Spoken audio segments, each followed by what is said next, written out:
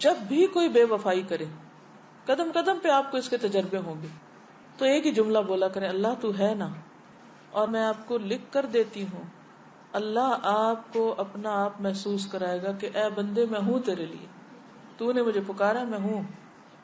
وہ ایسی شکل میں غیب سے مدد لائے گا کہ آپ حیران ہو جائیں گے. کیونکہ یہ میرے ساتھ کئی دفعہ ایسا ہوا ہے کہ جن بندوں سے توقع کی کہ یہ کام میں ساتھ دیں گے وہ چلے گئے، اور اللہ اس سے بہتر لوگ لایا. کسی بھی ضرورت میں اس کو پکار کے تو دیکھیں. یہ جو ہے نا کہنا ایاک نعبد و ایاک نستعین، یہ اتنا آسان نہیں ہے.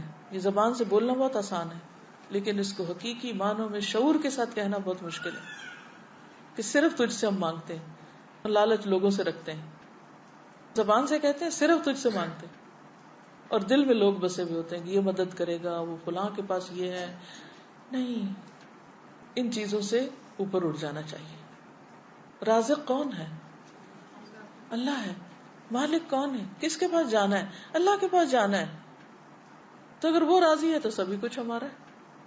تو اس لیے ہم کیا چاہتے ہیں؟ بس فوری فوری کچھ چیزیں ہاتھ میں آ جائیں، کوئی ایسے ورد وظیفے ہوں کہ جنت کما لیں، اور کوئی شارٹ کٹس ہوں کہ جس سے. تو ہم نے ہمیشہ کی زندگی جینا ہے، آخرت میں ہمیشہ کے لیے رہنا ہے. اس کے لیے اللہ تیار کر رہا ہے، چھان پٹک کے ایسے ایسے مشکلوں میں ڈال کے خالص کر کے. اور اسی لیے مومن پر وہ جو موت کی تکلیف آتی ہے نا، وہ بھی ایک پہلے میری سمجھ میں نہیں آتا تھا کہ اتنے نیک نیک لوگ اور ان پہ کیوں تکلیف آتی ہے. دل ہول جاتا ہے بعض تکلیفیں دیکھ کر، حالانکہ وہ لوگ واقعی نیک ہوتے ہیں. ہم دیکھ رہے ہوتے ہیں کہ وہ اس کے ساتھ بڑی تکلیف پیش ہے، اور اللہ کو پتا ہوتا ہے کہ وہ اس کے درجے کتنے بلند ہیں جس جگہ پہ اس نے ہمیشہ رہنا ہے. اس کے علاوہ آپ دیکھیے کہ بعض لوگ مالی معاملات میں بہت پریشان رہتے ہیں، اور جب وہ دیکھتے ہیں کہ لوگوں کے پاس بہت کچھ ہے تو اور بھی غمگین ہو جاتے ہیں، اور بھی حسرتیں پیدا ہو جاتی ہیں. اگر وہ صرف ایک حدیث یاد رکھے نا، صرف ایک، کہ ایسے لوگ یعنی جو دنیا میں غریب ہیں اور پھر بھی دین پر ہیں، اللہ کو راضی کرتے ہیں، وہ جنت میں نصف دن یعنی 500 سال پہلے چلے جائیں گے. دنیا میں قارون بھی کیا 100 سال جیا تھا؟ اگر کسی کے پاس قارون کا خزانہ بھی ہے، اتنا مال ہے، تو بھی کوئی 100 سال انجوائے نہیں کر سکتا اس سے. اور آخرت کا ایک دن کتنا بھاری ہے. تو آج اگر ہم صبر کرتے ہیں، ہمارے پاس مال کم ہے یا ریسورسز کم ہے یا تکلیف میں ہم کسی وجہ سے کہ نہیں ہے کھانے کو، نہیں ہے رہنے کو، 100 مسائل ہو سکتے ہیں، لیکن اگر صرف یہ یاد رہے نا کہ ان سب مالداروں سے 500 سال پہلے جنت میں چلے جائیں گے، کوئی غم ہی نہ رہے. ایسے سارے غریب یہ سمجھیں کہ ہم زیادہ خوش قسمت ہیں، ہم پہلے وہاں چلے جائیں گے. لیکن یہ جب ہی آئے گا نا جب آخرت کا یقین ہو. ہم کہتے تو ہیں ہمارا آخرت پہ ایمان ہے، حقیقی معنوں میں کوئی ایمان نہیں ہے. اللہ کے وعدے سچے ہیں، زبان سے بولتے ہیں سچے ہیں، لیکن دل میں نہیں اترا کہ اللہ کے وعدے سچے ہیں.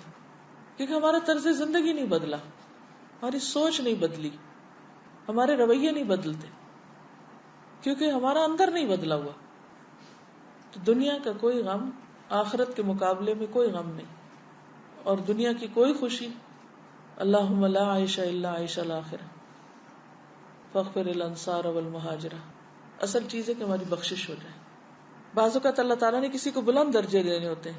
اب ہم دن رات بھی قرآن پڑھ رہے ہیں، ہم پتہ نہیں کیا کیا کر رہے ہیں، لیکن مثال کے طور پر اگر آپ کو یہ فاصلہ طے کرنا ہے، یہ کتاب سے ہی سمجھاتی، مثلاً یہاں آپ کھڑے ہیں اور یہ جنت الفردوس ہے مثلاً.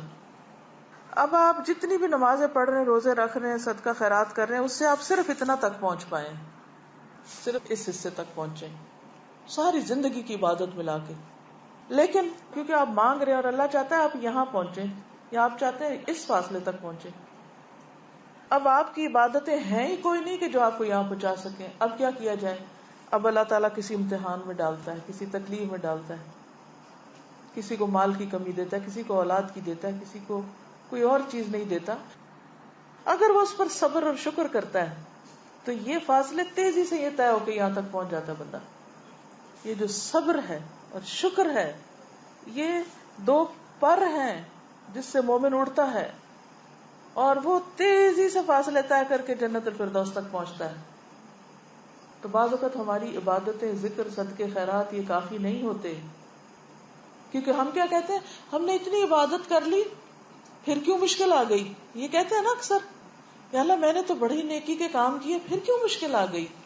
کیونکہ جب ہم ٹوٹی پھوٹی 4 نیکیاں کر لیتے ہیں تو پھر ہم کیا سوچتے ہیں کہ اب ہمیں نا کوئی مسئلہ نہیں ہونا چاہیے زندگی میں، اب اللہ کو بھی ہماری مرضی پہ چلنا چاہیے، اور جیسے ہم کہیں ویسے اللہ تعالیٰ کو کرنا چاہیے. نعوذ باللہ، یہ ہمارا ایٹیٹیوڈ یہ ہوتا ہے. اور اگر ہماری عبادتوں کے باوجود کوئی مشکل آتی ہے تو ہمیں سمجھ ہی نہیں آتی کہ پھر کیوں آ گئی. ہم تو نہیں ڈیزرو کرتے تھے یہ تکلیف، ہم تو بڑے نیک تھے. انتہائی نہ سمجھی. اللہ دراصل درجے بلند کرنا چاہتا ہے، اور آپ کہتے ہیں کہ ہم نے تو نیکیاں کر لی تھی تو پھر کیوں ہو گیا یہ. یا دوسروں کو بھی ہم دیکھتے ہیں، ہم کہتے ہیں ہائے توبہ، کیا فائدہ نیکی کرنے، اتنا نیک تھا اور دیکھو کیا مشکل آ گئی اس پہ، ضرور کچھ اندر خانے برا کیا ہوگا. یہ سخت ناسمجھی کی باتیں. اللہ ہی جانتا ہے کہ وہ کس کو کس حال میں کیوں ڈال رہا ہے. خواہ وہ کسی عورت کی تکلیف ہو، یا کسی مرد پہ کوئی مشکل وقت ہو، یا کسی بھی طرح کا کوئی زندگی میں سٹریس ہو، بس ہر حال میں کہ یا اللہ تیرے فیصلے بڑے ہی اچھے ہیں اور سچے ہیں. بس تو مجھے عافیت میں رکھ، ایسے امتحان میں نہ ڈال کہ جس سے میرے منہ سے کوئی ناشکری کی بات نکلی. وہ وقت ہوتا ہے خود کو کنٹرول کرنے کا، کہ منہ سے ایسی بات نہ نکلے جو اللہ کو ناراض کر دے. ہمارے رویے میں اور دل میں ناشکری نہ آئے کہ جو خدا کو ناراض کرے، کیونکہ زندگی کا امتحان بڑا سخت ہے. کل میری ایک اپنی پرانی اسٹوڈنٹ کے ساتھ ملاقات ہوئی، تو اس کے شادی کو کافی عرصہ ہو گیا، بچے نہیں ہوئے. تو جب مجھے ملی تو میں نے دعا دی، میں نے کہا اللہ تمہیں صالح اولاد دے. تو پھر اس نے اپنا تھوڑا سا شیئر کیا، کہنے لگی کہ ایسا ہے کہ میرے ہسبینڈ میں کچھ مسئلہ ہے. تو میں نے اس پہ کہا کہ اچھا. کہتی کہ بات یہ ہے کہ اگر بچے نہیں تو ایک مسئلہ ہے نا، اور اگر بچے ہوں تو 1000 مسئلے ہیں. کتنی خوبصورت بات ہے. ورنہ ایسی لڑکیاں سارا وقت فرسٹریشن کا شکار رہ سکتی. میری شادی یہاں کیوں ہو گئی؟ اب آپ دیکھیے کہ رشتے ملنا ہی مشکل ہے والدین کے لیے. ایک مثال ہے، رشتے ملنا ہی مشکل ہے. اللہ نے اگر ایک ٹھکانہ دے دیا، شوہر دے دیا، قدر کرنے والا ہے، اب اس بیچارے کے بھی بس میں نہیں. اب وہ علاج بھی کرا رہا ہے، اچھا سلوک بھی کر رہا ہے، ٹھیک ہے. اگر یوں دیکھا جائے کہ عورت کو کیا حق ہے، اور قانونی طور پر آپ دیکھیں تو ٹھیک ہے، عورت یہاں خلا لے سکتی ہے، بڑی جینوئن ریزن ہے، الگ ہو سکتی ہے. لیکن کوئی گارنٹی ہے الگ ہو کے کہیں اور شادی کرے تو لازم بچے ہوں؟ کوئی گارنٹی نہیں ہے. ٹھیک ہے، وہ اس کی اپنی چوائس، وہ کرے نہ کرے وہ ایک الگ مسئلہ. میں اس وقت قانونی بحثوں میں نہیں جا رہی، میں ایک پریکٹیکل سچویشن کو دیکھ رہی ہوں کہ ایک ماں باپ کے میں سے 5 بیٹیاں ہیں. ایک بیٹی کے ساتھ کچھ ایسا حادثہ ہو جاتا ہے. اب اگر وہ واپس آتی ہے تو پہلیوں کی بھی شادی نہیں، یہ کہاں جائے گی؟ نہیں، کتنے ہمارے معاشرتی مسائل ہیں. اب اگر یہ اپنے گھر میں عزت کے ساتھ بیٹھی ہے، اچھے انتظار میں دعا کر رہی ہے، ہر چیز اللہ کے ہاتھ میں ہے، اور ایک پازیٹو سوچ کے ساتھ جی رہی ہے اور خوش ہے اور مطمئن، اتنا پرسکون چہرہ اس کا، میں حیران رہ گئی. اتنے مزے سے کہتی ہے کہ بچے نہیں تو ایک مسئلہ ہے نا، بچے ہوں گے تو 1000 مسئلے ہوں گے. اس کو کہتے ہیں پازیٹو سوچ. اسی طرح اگر کسی کی شادی نہیں ہوئی، بعض اوقات کوشش کے باوجود نہیں ہو پاتی. اب اس میں بھی کچھ لوگ بہت مزریبل ہو جاتے ہیں، دن رات یہی سوچے رہتے شادی نہیں ہوئی، شادی نہیں، شادی. نفسیاتی مریض بن جاتے ہیں. کیا مریض بننے سے شادی ہو جائے گی؟ بد اخلاق بن جانے سے شادی ہو جائے گی؟ جو ہونی تھی وہ بھی نہیں ہوگی. کیونکہ لوگ جب دیکھتے ہیں ایسی لڑکیوں کو کہ جو نفسیاتی مریض بن چکی ہیں تو ان سے اور دور بھاگتے ہیں.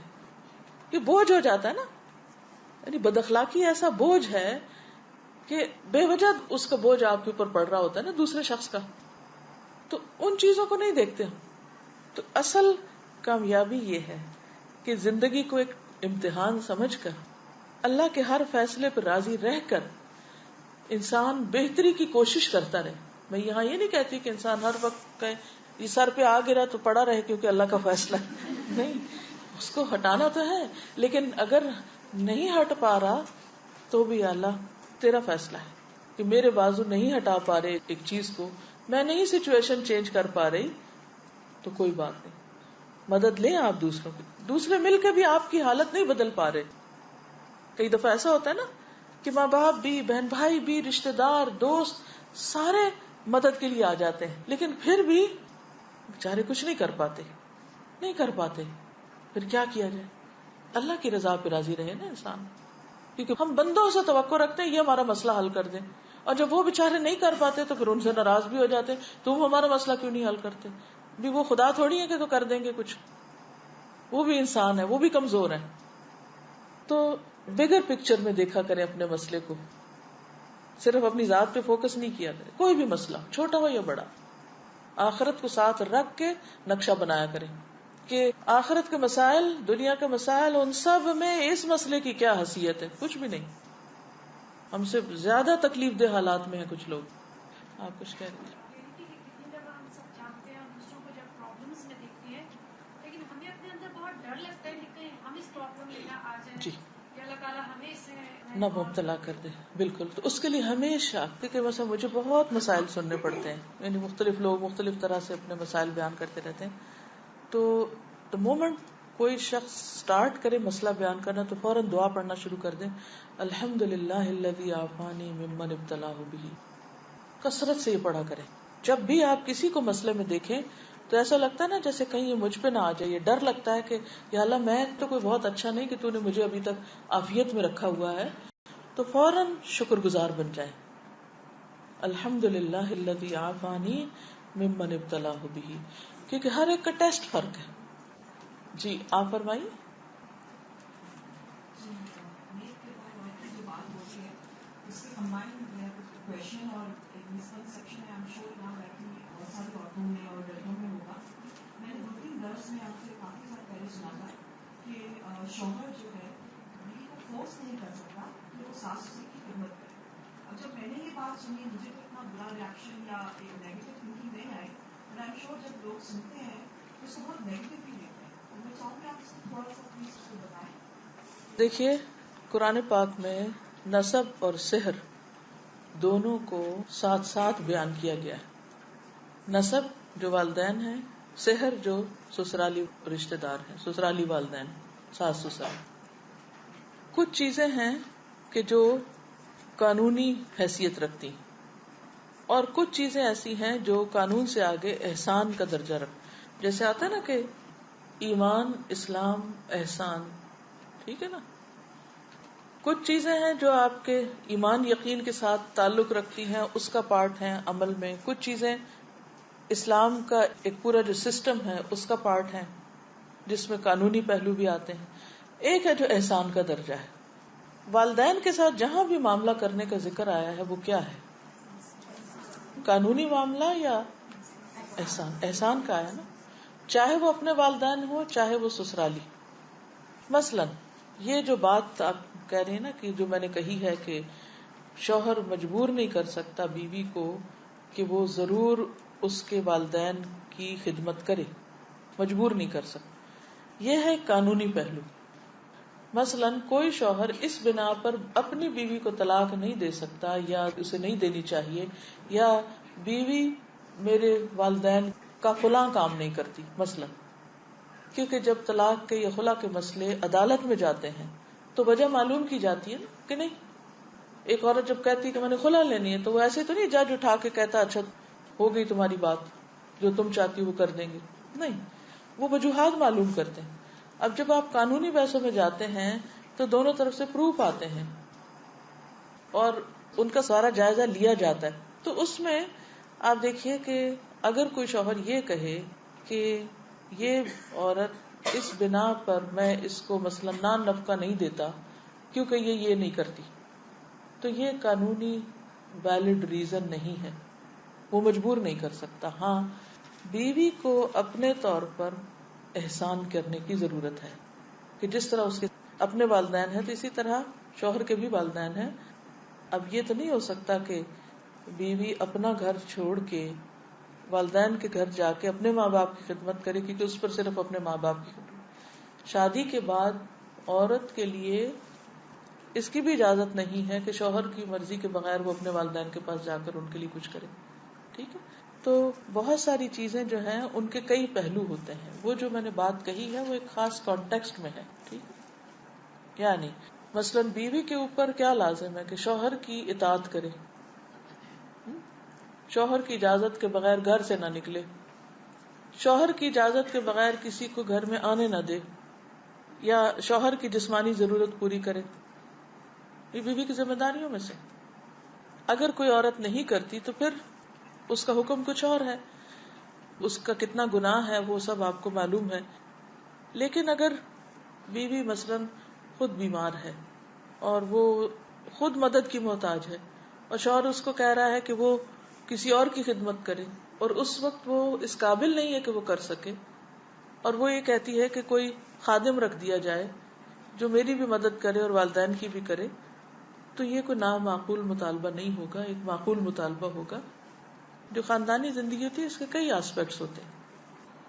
جی آپ کچھ بھی. میرا ایک کوشچن ہے، باتوں کا سمجھ نہیں آتا چیزوں کو کیسے ڈیل کرنا ہے. جی تو میرے ہسبینڈ اتنے دین کی طرف نہیں ہے، تو ہوتا ہے کہ مطلب لوگوں کی ہیلپ کرنے کا، تو کسی نے پیسے مانگ لیے ان کو منع کرتے تو وہ ادھار ایک دے سکتے ہیں. تو اب میرا جیسے دین کا ہوا ہے تو مجھے خوف آتا ہے تھوڑا سا. یہ بتائیے کہ کیا وہ قرضہ ادا کر دیتے ہیں یا قرضہ نہیں پھر ادا کرتے؟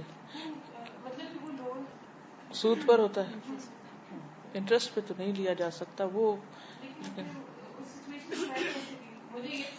جی اس میں یہ ایک جنرل سچویشن ہے کہ بعض اوقات آپ خواتین قرآن پڑھ لیتی ہیں، دین پڑھ لیتی ہیں، انہوں نے نہیں پڑھا ہوتا، آپ ایک طریقے پہ زندگی چاہتی ہیں، وہ ایک طریقے پہ چل رہے ہوتے ہیں. تو اس صورت میں یہ ہے کہ آپ کا کام صرف جو چیز آپ پڑھیں، صرف یہ نہیں کہ وہ جو خاص خرابی کوئی کر رہے تو اسی کی حدیث جا کے سنائیں. یہ بھی ہم عام طور پہ کچھ نہیں بتاتے، لیکن جو ہمارے مطلب میں جاتی ہے یا ان کے خلاف جاتی ہے وہ باتیں سناتے ہیں، اس سے پھر گڑبڑ ہو جاتی، پھر وہ کبھی بھی کچھ نہیں سننا چاہتے. تو یاد رکھیے کہ جب ہم ان کو بتانے لگے تو کامن گراؤنڈ سے پہلے چیزیں شیئر کریں، پھر کرتے کرتے کرتے اگر اس میں وہ چیز بھی آ جائے جو ان کے خلاف جا رہی ہے تو اس کو بھی وہ ڈائجسٹ کر جائیں گے، کیونکہ آپ ان کو پن پوائنٹ کر کے ان کے اوپر ڈائریکٹ تیر نہیں مار رہے، کیونکہ آپ ان کو ایک خیرخواہی اور ہمدردی سے بتا رہے. یہ جنرل بات ہے، میں سب کے حوالے سے کر رہی ہوں. جو کچھ بھی پڑھیں، جو سیکھیں، کچھ نہ کچھ آپس میں جا کے شیئر کریں. اور جب اچھا موڈ ہو، کھانے کی میز پہ ہوں، کہیں باہر ہوں، گاڑی میں بیٹھے ہوں، جیسے اور باتیں آپ کس سے شیئر کرتے ہیں، دین کی باتیں بھی بس اسی طرح جنرل لائٹ موڈ میں شیئر کرتے رہیں، حتیٰ کہ وہ ان کے اندر ایک طلب پیدا ہو جائے اور سنجیدگی آ جائے اور سیکھنے کا شوق آ جائے، وہ پھر ایک لیٹر سٹیج پہ. اسی طرح بعض ایسے کام ہسبینڈز کر رہے ہوتے ہیں جو بالکل دین کے خلاف جاتا ہے اور ہماری جان پہ بن جاتی ہے جس دن ہم مسئلہ پڑھ کے جاتے ہیں، اور ہم چاہتے ہیں کہ اوور نائٹ اب چینج آ جائے ان میں بھی. اور جب وہ نہیں کرتے تو پھر ہم ان کو برا بھلا کہنے لگتے ہیں اور لڑائیاں ڈال کے بیٹھ جاتے ہیں اور پتہ نہیں عجیب و غریب رویے اختیار کر لیتے جس سے وہ سمجھتے کہ سارا قصور دین کا، وہ اور دین سے خوف زدہ ہو جاتے ہیں اور دور ہو جاتے ہیں اور ہم اور مصیبت میں دلدل میں جا پھنستے ہیں. تو ایسی صورت میں ایک تو یہ ہے کہ جیسے میں ہمیشہ کورس کے شروع میں کہتی ہوں کہ اپنے پیاروں کو، گھر والوں کو ساتھ لے کے چلے. اس سے مطلب یہ ہے کہ ان کو بھی ساتھ ساتھ پتہ چلتا رہے آپ کر کیا رہے. یہ صرف دین کے معاملے میں نہیں، ہر معاملے میں یہی کریں کہ جو آپ گھر سے باہر کر کے آئیں گھر آ کے شیئر کریں. اس سے بڑا اعتماد بحال ہوتا ہے، کیونکہ ایک دوسرے کا پتہ ہوتا ہے کہ کون کیا کر کے آیا. جب انہیں پتہ ہی نہیں آپ کیا کر رہے ہیں اور اچانک ایک دن کوئی اعلان کر دیتے ہیں تو ان کے لیے پھر وہ چیز ان سے ڈائجسٹ نہیں ہوتی. تو روز کی شیئرنگ میک شور کہ آپ تھوڑا تھوڑا شیئر کر رہے ہیں، اتنا جتنا وہ سننا چاہیے. یہ بھی نہیں کہ وہ سننا ہی نہیں چاہ رہے اور کانوں میں ہاتھ رکھ لیں اور آپ کی تقریر ختم نہ ہو. لوگ دین سے دور ہوتے ہیں صرف اس وجہ سے کہ ہم ان کے اوپر اوور ڈوزنگ کرتے ہیں. اچھا اب آپ دیکھیے کہ مثلاً کوئی ایسی چیز جب ہم ان کو بتاتے ہیں، وہ مطلب سود کا لین دین ہے یا کوئی ایسی نوکری ہے جو غلط قسم کے کاموں پر مبنی یا کوئی بھی چیز، تو آپ اس سے ہی نہیں شروع کریں گی. صرف اس ایک چیز کو نہیں دین بنائے گی، آپ اس سے پہلے جتنی چیزیں آپ دیکھیے کہ دین میں سب سے پہلے کیا ہے، ایمان ہے، عقیدہ ہے، یقین ہے، آخرت ہے. کتنی چیزیں، وہ یقین پختہ ہوگا تو باقی چیزیں لی جائیں گی. اب پہلے آپ کامن گراؤنڈ سے بات کریں، اللہ کی محبت کی، آخرت کی، ادھر کی ادھر کی ساری کر چکے، پھر آپ عبادات کے اوپر آ جائیں، زکوٰۃ دینے کی بات کر لیں، پھر اور اس طرح کی. کیونکہ یہ جو عبادات ہیں یہ دراصل انسان کو تیار کرتی ہیں اور بہت سی اچھے اخلاق کے لیے. مثلا نماز، قرآن مجید میں آتا ہے ان الصلاۃ تنہی عن الفحشاء والمنکر، نماز انسان کو برائیوں اور بے حیائیوں سے روکتی. اس چیز کو دیکھیں کہ وہ نماز پڑھ پا رہے ہیں یا نہیں. اگر وہ نہیں پڑھ پا رہے تو ان کی مدد کریں کہ وہ کسی طرح اس کے لیے تیار ہو جائیں. زکوٰۃ دیتے ہیں کہ نہیں، کیونکہ زکوٰۃ انسان کے اندر سے بخل اور تنگ دلی نکالتی ہے. پھر روزے رکھتے ہیں کہ نہیں؟ کہ روزہ رکھ کر انسان جھوٹ بولنے سے اور نشہ آور چیزوں سے اور بہت سی اور بری چیزوں سے بچتا ہے. فرض روزوں کے علاوہ نفل خود بھی رکھے تو ان کو بھی ساتھ لانے کی کوشش کریں. پھر اس میں اگر ابھی تک حج پہ نہیں گئے تو حج پہ جانے کی تیاری کریں آہستہ آہستہ, اس کے لیے ذہن تیار کریں, کیونکہ وہاں جا کر بھی انسان کے اندر بہت سا چینج آتا ہے اور انسان سوچتا ہے اچھا میں حج سے آ کے یہ برا کام چھوڑ دوں گا. یعنی کئی ایک طریقے. پھر اس کے بعد یہ ہے کہ آپ سارے طریقے آزما چکے لیکن کچھ بھی کام نہیں کر رہا. اب آپ کا فرض کیا ہے؟ وہی کریں جو حضرت آسیہ نے کیا تھا. حضرت آسیہ نے فرعون کے مقابلے میں کیا کیا تھا؟ صبر کے ساتھ وقت گزارا تھا, گھر چھوڑ کے نہیں چلی گئی تھی. اللہ تعالیٰ نے ان کو جنت کی عورتوں کے سردار بنایا ان کے صبر کی وجہ سے, کیونکہ جہاں امتحان بڑا ہوتا ہے وہاں اجر بھی بہت بڑا ہوتا ہے. تو یہ جن عورتوں کو جنت کا سردار کہا گیا ہے ان کے کردار کو دیکھیں کہ انہوں نے کس طرح زندگی گزر کی. سارا کچھ بتانے کے باوجود بھی اگر وہ غلط کام چھوڑ رہے تو یو آر ناٹ ریسپانسبل. وہ ریسپانسبل ہیں, آپ نہیں ہیں. آپ نے اپنا فرض پورا کر دی. ہوپلیس کیس کبھی بھی نہیں بنائے. یو نیور نو کہ کون کس وقت توبہ کر لے. ٹھیک ہے نا؟ اس پر خوش نہ ہو, راضی نہ ہو, تعاون نہ کرے برائی پر. اپنا ڈس لائکنگ جو ہے ان کو پتا ہو کہ آپ اس کو پسند نہیں کرتے, پتا ہو کہ کیوں نہیں کرتے, اور اس کے بعد آپ صبر کریں. جی آپ کی کوئی بات رہے گی تو آپ کر لیجیے. جیسے ہاں اس میں یہ بھی ہوتا ہے نا کہ دوسروں کے ساتھ ساتھ ہمارے اوپر بھی مطلب وہ اچھائی وہ کرتے ہیں, مطلب اگر کبھی اس سے کر لیں تو اب مجھے یہ نہیں سمجھ آتا کہ میں آرام سے تو کہہ دیتی ہوں کہ مجھے اس چیز سے یہ نہیں چاہیے. فار ایگزامپل بات یہ ہے مجھے اس سے نہیں چاہیے, لیکن ہاں ایک اور چیز ہے کہ بس کوئی چیز ایسی لائے ہیں تو اس وقت جب لا رہے ہیں اس وقت کچھ نہیں کہیے. جب بعد میں آرام سے بات ہو سننے کے, پھر آپ سمجھتے کہ آپ پینیٹریٹ کر رہے ہیں, بات جا رہی ہے, اس وقت بولیے تاکہ وہ اس کو سمجھ جائیں کہ آپ کیوں اس چیز کو چاہ رہی ہیں یا نہیں چاہ رہی. ایک چیز ہے کہ ہم سب کو حکمت مانگنے کی ضرورت ہے. اللہ تعالیٰ اگر ہمیں طریقہ سکھا دے تو چیزیں آسان ہو جاتی ہیں. جی سر میں پرسنل ایک ایکسپیرینس بتاؤں گی کہ ہم لوگ نا رینٹ والے گھر میں رہتے تھے تو اس کا $1,000 کرایہ تھا. تو میرے ہسبینڈ کے دوست نے ہم کو کہا کہ تم گھر کیوں نہیں لے لیتے, اس نے گھر لیا تو $650 پیمنٹ ہے مورگیج. میرے ہسبینڈ گھر آئے تو مجھے کہتے کہ مورگیج حلال ہے کہ حرام ہے. میں نے کہا سود کی قسم ہے اور اس طرح سے. پھر اس کے بعد خیر انہوں نے کہا نہیں میں سوچوں ہم گھر لے لیں گے. اچھا میں نے کچھ نہیں کہا, میں نے کہا ٹھیک ہے جیسے آپ کو صحیح لگتا ہے.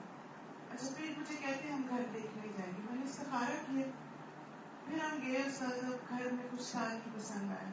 اور اللہ کا شکر ہے کہ میں نے اپنے ہسبینڈ سے بحث کی, میں صرف اللہ سے دعا کرتی ہوں. اور اللہ کا اتنا احسان ہے کہ اتنے گھر ہم نے دیکھے, اور میں ہر جگہ ان کے ساتھ چلی جب اللہ سے دعا کرتی تھی کہ اللہ ہمارے رزق میں برکت دے اور ہم حلال طریقے سے گھر لیں. اور اللہ کا اتنا احسان ہے کہ نہیں ہوا کچھ. تو میں نے پرسنلی یہ دیکھا ہے کہ جب بھی ایسا معاملہ ہو تو ڈیفینسو ہونے کے بجائے اللہ پہ چھوڑ دینا چاہیے. کیونکہ مجھے تو سازا اپنی زندگی میں یہ لگتا ہے کہ دل اللہ تعالیٰ بدلتے ہیں اور حالات بھی اللہ بدلتے ہیں. بالکل اگر اللہ پہ بھروسہ رکھیں گے تو انشاءاللہ اللہ تعالیٰ بہتر صورت نکالتے جو ہم نہیں نکال سکتے. بالکل. اور پھر میں کہتی ہوں نا ان کی جگہ اپنے آپ کو رکھ کے دیکھیں, وہ بھی تو ایک بھلائی چاہ رہے ہوتے ہیں نا, لیکن ان کے بھلائی چاہنے کا طریقہ درست نہیں بھی ہو سکتا یا درست ہو سکتا ہے. تو اس صورت میں یہ جو ہے کہ انسان استخارہ کر کے دعا کر کے اور پھر فیصلہ کرے. اب مثلا کل میرے بیٹے نے کہا کہ میں فلاں جگہ جانا چاہتا ہوں, آپ کیا کہتی ہیں, جاؤں کہ نہیں؟ میں نے کہا آپ استخارہ کریں اور پھر مجھے بتائیں. اب میں اندر سے چاہ رہی تھی کہ میں اسے کہوں کہ نہیں, اور میں ماں ہوں, میں کہہ سکتی ہوں کہ نہیں, لیکن کیا میری وہ نہیں اس کو فیصلہ کرنے میں مددگار ہوگی؟ اس کو تو ہو سکتا سمجھ ہی نہ آئے میں کیوں نہیں کہہ رہی ہوں, اور اس میں بحث ہو جائے. اور پھر بعض اوقات اوورسیز کالز کتنی لمبی ہو جاتی ہیں لڑائی جھگڑوں میں. میں لمبی کال بھی نہیں کرنا چاہ رہی تھی, میں نے بس مختصراً کا استخارہ کرو اور فیصلہ کرو. حالانکہ ہی از اونلی 17 بٹ لیٹ ہم میک ڈیسیژن. اس کو ڈیسیژن لینا چاہیے, کیونکہ بہت سے ڈیسیژن ہم لینا چاہتے ہیں اور اللہ تعالیٰ کچھ اور چاہتا ہے. تو اللہ سے بڑھ کے کون ہمیں فیصلہ کرنے میں مدد دے سکتا ہے؟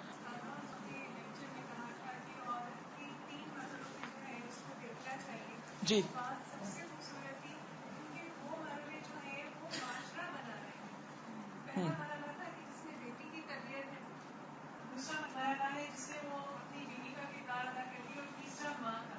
تو جو بیٹی والا مرحلہ ہے وہ اتنا امپورٹنٹ ہے کیونکہ وہی سب کو آگے لے کے جا رہا ہے. تو ہم لوگ تو اس حصے سے جو شادی شدہ ہیں گزر چکے ہیں, لیکن اب ہمارے آگے بچے ہیں, بیٹے اور بیٹیاں دونوں, تو اتنا زیادہ اس پوائنٹ کے اوپر دھیان دینے کی ضرورت ہے کیونکہ یہ ہماری مسلم امہ بن رہی ہے یہاں سے, اور یہ بالکل پوائنٹ بہت اہم ہے. بالکل. تو میں یہ بات شیئر کرنا چاہ رہی تھی کہ پلیز اس بات کی توجہ دیں کہ ہم ماؤں کو بہت ضرورت ہے کہ ہم ان کی تربیت پہ دھیان دیں. بالکل, یہ بہت ہی اللہ آپ کو جزائے خیر دے, اچھا پوائنٹ آپ نے یاد دلا دیا. بات یہ ہے کہ جب ہم دین کی طرف نہیں ہوتے تو ہماری پرائرٹیز کچھ اور ہوتی ہیں, اس وجہ سے بچوں کو اگنور کرتے ہیں. جب ہم دین کی طرف آ بھی جاتے ہیں تو دین میں آنے کی وجہ سے بچوں کو اگنور کرنا شروع کر دیتے ہیں. وہ مظلوم بیچارے ہر حال میں سفر کرتے ہیں. ہم سب جو خود دین پڑھ رہے ہیں اس میں فیملیز کو ساتھ لے کے چلیں. یہ نہ ہو کہ ہم تو تقویٰ کے اس اونچے پہاڑ پہ چاہ پہنچے اور بچے ہمارے نیچے ہی کھڑے ہوں بھی. کوئی بات نہیں, اگر آپ تھوڑی سی اپنی رفتار کم بھی کر دیں لیکن ان کو ساتھ لے کے چلیں تو اس سے کہیں زیادہ بھلائی ہوگی. کیونکہ اس روز میں نے کہا تھا نا کہ بعض اوقات ہمارے بچے اور ہم میں اتنا ذہنی بودھ ہو گیا ہے کہ بچے ہمارے بالکل کولڈ رویہ ہوتا ہے ان کا نا, اندر سے وہ ماں باپ کے خلاف نفرت سے بھرے ہوئے ہوتے ہیں. ایک دن ایک بچی آئی, ینگ بچی, اسلام آباد میں قرآن پاک کا کورس شروع ہوا تھا ابھی, تو کچھ اس نے بیچ میں چھٹیاں کر لی ہیں. تو میں اکثر دھیان رکھتی ہوں کہ جو اسٹوڈینٹس آئیں وہ چھٹی نہ کریں, اور اگر چھٹی کریں تو ضرور ان کی انچارجز ان کے گھر فون کریں, پتہ کریں, خبر لیں کہ کیوں نہیں آئے بچے نا. کہ بچوں کو چھوٹی چھوٹی باتوں پہ چھٹی کر کے بیٹھ جاتے ہیں, انہیں پتہ ہی نہیں ہوتا. خیر میں نے پتہ کرایا, میں نے کہا کہ اٹینڈنس کا کیا حال ہے, کون نہیں آ رہا. تو اتفاق سے اس بچی سے میری بات ہوئی. میں نے کہا تم کیوں نہیں آئی؟ کہتے اپنی ماں کی وجہ سے. میں نے کہا کیوں؟ کہتے وہ اپنے آپ کو بڑی چیز سمجھتی. مجھے بڑی حیرت ہوئی کہ پہلے ہی پارے میں آتا ہے وہ بالوالدین احسانا. اگر اس بچی نے وہ لیکچر سنا ہوتا تو یہ لفظ نہیں بول سکتی تھی, کیونکہ وہ ایک دن آ رہی ایک دن نہیں آ رہی, چھٹی کر رہے. تو اب وہ جو لیکچر گیا وہ تو گیا, وہ سنا ہی نہیں, تو وہ تو کردار آپ کے اندر آ ہی نہیں سکتا. خیر میں نے کہا اچھا مجھے بتاؤ. میں نے تھوڑا اعتماد میں لیا, میں نے کہا اور بتاؤ تمہیں اپنی امی کے خلاف کیا کیا شکایت ہے. اس بچی نے وہ کچھ بولا, اتنا زہر اگلا, تو سر پکڑ کے بیٹھ گئی کہ ہمارے بچے ہمارے بارے میں, ہمارے سے مراد میں سب کے بچوں کو اپنا ہی سمجھتی ہوں, اور میں آپ کو بھی بار بار بچوں کے سیشن میں کہتی رہی ہوں کہ سب کے بچے ہمارے بچے, جتنے بھی مسلمان بچے ہیں وہ سب ہمارے ہی بچے. تو میں نے کہا ہمارے بچے جو ہیں وہ یہ سوچتے ہیں بڑوں کے بارے میں یا ہمارے بارے میں, تو ضرور پوچھئے, جاننے کی کوشش کی. ہو سکتا ہے جھوٹ بول دیں آپ کے سامنے, نہ بھی بولیں کہ وہ آپ کو کیا سمجھتے ہیں, لیکن اس کو فار گرانٹیڈ نہ لیں کہ ہمارے بچے ہیں لہٰذا ہم سے ضرور محبت کریں گے یا محبت کرتے ہیں یا ہم کو چاہتے ہیں. ضرور جاننے کی کوشش کریں کہ وہ آپ کے اس رویے کو کہ آپ دین پڑھ رہے ہیں وہ کیا سوچتے ہیں. کیا وہ اس پہ پراؤڈ ہیں کہ آپ دین پڑھ رہے ہیں, یا وہ اس پہ نالاں ہیں اور خفا ہیں کہ آپ دین پڑھ رہے ہیں. ایسا نہ ہو کہ ہم دین کی وہ شکل پیش کریں کہ ہمارے بچے دین سے بھاگ جائیں. اس چیز کا بہت خاص خیال رکھنا ہے آپ نے. اور بعض اوقات ہم اپنی دنیا میں گھوم رہے ہوتے ہیں, بھاگ رہے ہوتے ہیں, اور ہم کہتے ہیں ہمارے بچے ہیں نا, ہم نے دنیا بھر کے کھلونے لا دیے ان کو, تو اس لیے وہ ہم سے بہت خوش ہیں, انہوں نے جو مطالبہ کیا ہم نے پورا کر دیا, لہٰذا وہ ہم سے کیسے ناراض ہو سکتے ہیں. اب یقین کریں کہ جتنی بھی پیمپرنگ ان کی کرتے جائیں وہ اتنے ہی اور زیادہ بگڑتے جائیں گے اور ہمارے بارے میں نالاں ہوتے جائیں گے. تو خصوصاً ینگ بچیوں کی تربیت کس ڈھنگ پہ ہو رہی ہے؟ کیا وہ اس رول کے لیے تیار ہو رہی ہیں جو بیوی اور ماں کا ہے, جو الٹیمیٹ رول ہے اس دنیا میں ان کا؟ اگر اس کے لیے تیار نہیں ہو رہے تو یہ فیلئر ہے. تو ان کی تربیت میں خاص طور پر اس عنصر کو ڈالیے کہ وہ ایک اطاعت گزار وفا شار بیوی بھی ہو اور ایک مشفق اور مربی ماں بھی تیار ہو رہی ہو. تو شادی سے پہلے کا وقت تیاری کا وقت ہے. ہم پڑھیں دین, لیکن ان کے صرف جہیز کی تیاری نہ کریں, ان کے اخلاقی رویوں کی بھی تیاری کریں کہ وہ اس رول کے لیے تیار ہیں کہ نہیں. دس از دا کوسچن. اس رول کے لیے. پھر کہوں گی اس رول, کس رول کے لیے؟ اچھی بیوی اور اچھی ماں کے رول کے لیے تیار ہو رہے ہیں کہ نہیں. وہ چاہیں تو ایسٹروناٹس بن جائیں, لیکن اگر وہ آسمان پہ بھی پہنچ کر اچھی بیوی اور ماں نہیں تو کامیابی نہیں. ہم نے صرف ایک چیز پہ فوکس کر لیا, اور وہ کیا ہے؟ بچی کی اچھی ڈگری ہوگی نا, اچھا رشتہ آ جائے گا. اچھا ڈگری بھی مل گئی, رشتہ بھی آ گیا, سب ہو گیا. اب نہ اس کو بیوی بننا آتا ہے, نہ ماں بننا آتا ہے. کیا اس کا مستقبل ہے؟ کیوں طلاقیں ہو رہی ہیں اتنی زیادہ؟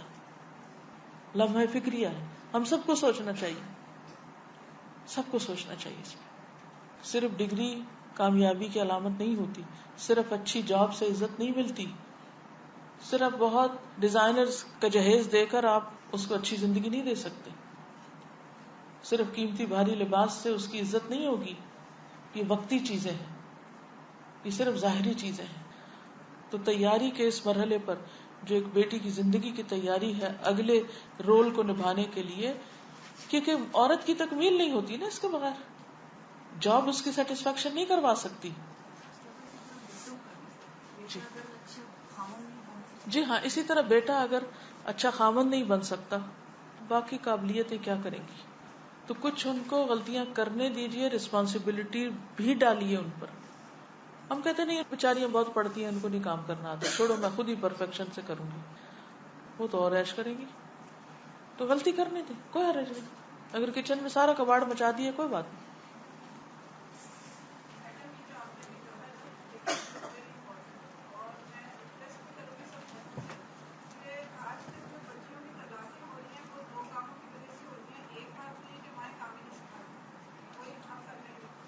ہم کر لیں گے, آپ بیٹھ جائیں, اچھا نہیں کریں گے, ضائع جائے گا, لیکن اس لیے اس کیا ہوتا ہے ان کو کام ہی نہیں ہوتا, اور سسرال جا کے وہ کام نہیں کرتی, اس وجہ سے ایک طرح سے دوسری جو آپ نے کہی ہے بات, یہ جو دیکھا ہے جو پہلے لڑکیوں کی ماؤں سے جھگڑے ہوتے ہیں, انہیں لڑکیوں کے پھر سسرال جا کے سسرال والوں سے جھگڑے ہوتے ہیں. جی اور اس کے بعد کیا ہوتا ہے کہ وہ مائیں جو آپس میں پہلے فریق ہوتی ہیں, بیٹی وہ ماں بیٹی کو پروٹیکشن دینا شروع کر دیتی ہے, اس کا پارٹ بن جاتی ہے, صحیح بات ہے. اور اس سے جھگڑے شروع ہو جاتے ہیں. وہ جھگڑے شروع ہوتے ہیں, پھر نصیب کی بات ہے, کبھی لڑکی لڑکے کو لے کر الگ ہو جاتی ہے, اور کبھی خود الگ ہو کے آ جاتی ہے.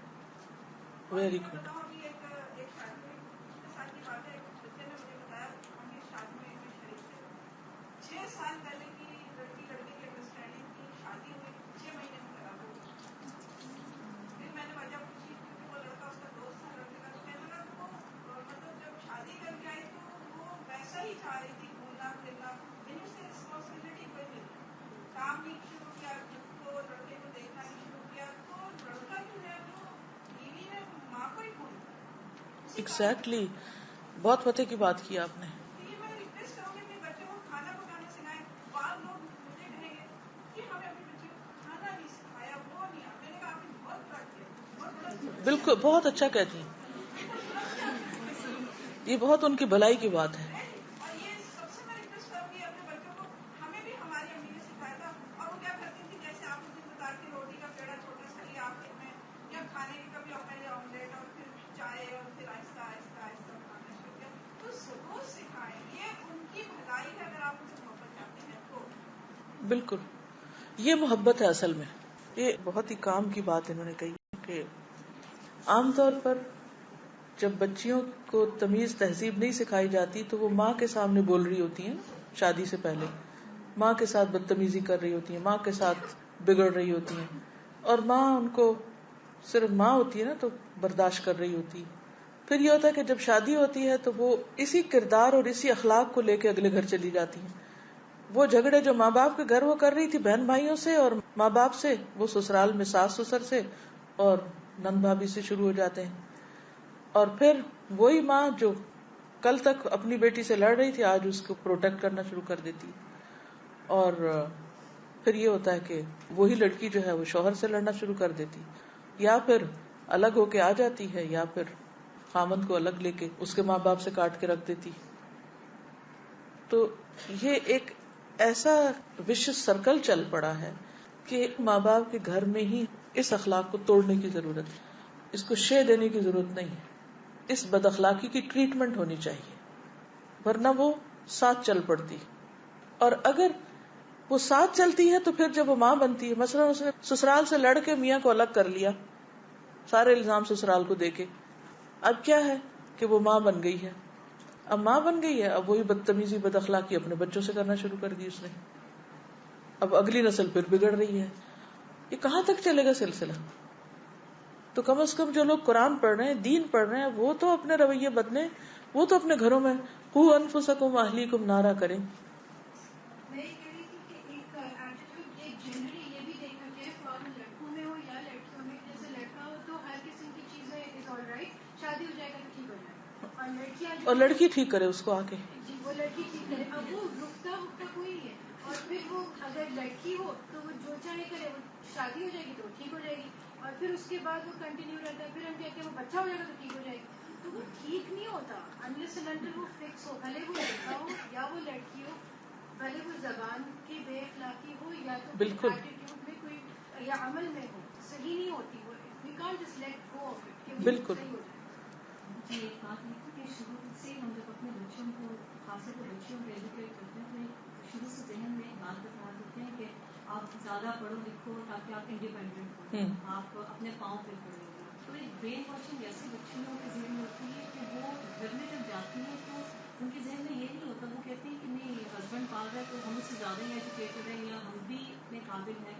تو یہ جو ایک مائنڈ سیٹ ہے نا، اس کو بھی بدلنے کی ضرورت ہے کہ بچوں کو جب ایجوکیٹ کریں تو یہ مت کہیں کہ آپ اپنے پاؤں پہ کھڑے اس لیے ہم آپ کو ایجوکیٹ کریں تاکہ آپ دوسرے گھر پہ جا کے ایک اچھا رول ماڈل. بالکل صحیح کہا آپ نے، کیونکہ آپ دیکھیں کہ کتنی ہی لڑکیاں ہیں جو اپنے پاؤں پہ کھڑی ہیں، لیکن کیا وہ خوش ہیں؟ خالی اپنے پاؤں پہ کھڑے ہونے سے تو خوشیاں نہیں ملتی. انسان کو اللہ نے انسان کے لیے بنایا ہے، اور انسان انسان سے ہی انس پاتا ہے، اور انسان انسان کے لیے فتنہ بھی ہے، انسان ہی انسان کے لیے تکلیف کا باعث بھی ہے، پھول کے ساتھ کانٹا بھی ہے. تو اگر انسان یہ کہے کہ چونکہ پھول کے ساتھ کانٹا ہے اس لیے پھول کو ہی چھوڑ دو، تو یہ تو فلسفہ درست نہ ہوگا. بس آپ کو سلیقہ آنا چاہیے کہ آپ اس کو ایسی جگہ سے پکڑیں کہ پھول کی خوشبو سونگھ سکیں، کانٹے کو اوائڈ کریں، اور اس کے ساتھ ہوگا، لیکن اس سے بچنے کا طریقہ آپ کو اللہ نے عقل کی شکل میں دیا ہے. اس کو ایسا پکڑیں کہ وہ کانٹا آپ کو چبھے نہیں، آپ کو بچنا ہوگا اس سے. کانٹا تو اپنی جگہ کانٹا ہے، ہم میں سے ہر ایک کے ساتھ کانٹے ہیں، کسی کے ساتھ کوئی ہے، کسی کے ساتھ چھوٹا، کسی کے ساتھ بڑا ہے، لیکن کوئی بھی اس سے پاک نہیں. اور جانے انجانے ہم دوسروں کو دکھ دے جاتے ہیں، بعض اوقات ناسمجھی کی بنا پہ، بعض اوقات اپنی دنیا میں ہوتے ہیں، ہمیں پتہ ہی نہیں ہوتا کہ دوسرا کیا سوچ رہا ہے. ہمارا نیت کچھ اور ہوتی ہے، دوسرا کچھ اور سمجھ کے دکھی ہو جاتا ہے. اب کس کا قصور ہے؟ نہ آپ کا نہ اس کا، لیکن وہ کانٹا تھا جو چپ گیا. اچھا جب کانٹا چپ جاتا ہے تو کیا کرتے ہیں؟ کبھی آپ نے یہ کیا کانٹا چبھا تو پھول پھینک دیا اٹھا کے؟ کیا کرتے ہیں؟ فوراً دیکھتے ہیں کہ کہاں کٹ لگا ہے، اور یہ دیکھتے کہ کانٹا ہے کس جگہ اور کون سی جگہ سیف ہے، وہاں سے پکڑو. تو اللہ نے عقل دی ہے نا، سوچ سمجھ کے کانٹے والی چیز کو پکڑے. تو وہ انسان جو لوگوں کی تکلیفیں برداشت کر کے ان کے ساتھ رہے، وہ زیادہ اچھا ہے، یہ حدیث کے الفاظ ہیں، بنسبت اس کے کہ جو لوگوں سے الگ تھلگ ہو جائے، کہ میں انڈیپینڈنٹ رہوں گا، کسی کے ساتھ نہیں رہوں گا. تو انڈیپینڈنٹ رہنے میں ٹھیک ہے کچھ فائدے ہوں گے، لیکن ساتھ رہنے میں تکلیفیں ہیں مگر فائدے زیادہ ہیں، یہ بھی یاد رکھیے. چلیے آج کے لیے اتنا کافی کیونکہ وقت اوپر جا رہا ہے. جزاکم اللہ خیرا. اللہ تعالیٰ سے دعا ہے کہ وہ ہمیں اچھی بیویاں، اچھی مائیں اور اچھی بیٹیاں بنائے، اور ہمیں اپنے فرائض کو آسان طریقے سے ادا کرنے کی توفیق عطا فرمائے. وآخر دعوانا الحمد للہ رب العالمین.